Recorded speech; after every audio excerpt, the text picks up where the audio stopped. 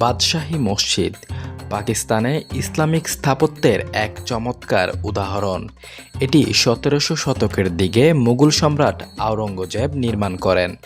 এর বিশালত্ব এবং লাল বেলে পাথরের ব্যবহার একে এক অন্যরকম সৌন্দর্য দিয়েছে।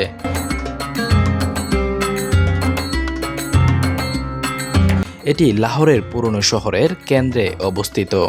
এটি পাকিস্তানের মুসলিম ঐতিহ্য এবং সংস্কৃতির একটি প্রতীক।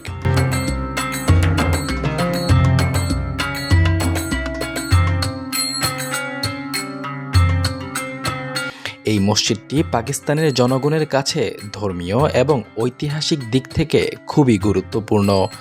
দেশটির ইসলামিক শিল্প এবং ইতিহাসের ছাপ এর স্থাপত্যে স্পষ্ট দেখা যায়।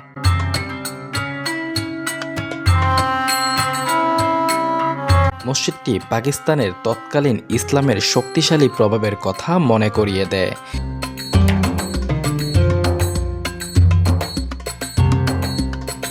এটি শুধু ইবাদতখানাই নয়, এটি দেশের সমৃদ্ধ সাংস্কৃতিক ইতিহাসের একটি অংশ হিসেবে টিকে আছে।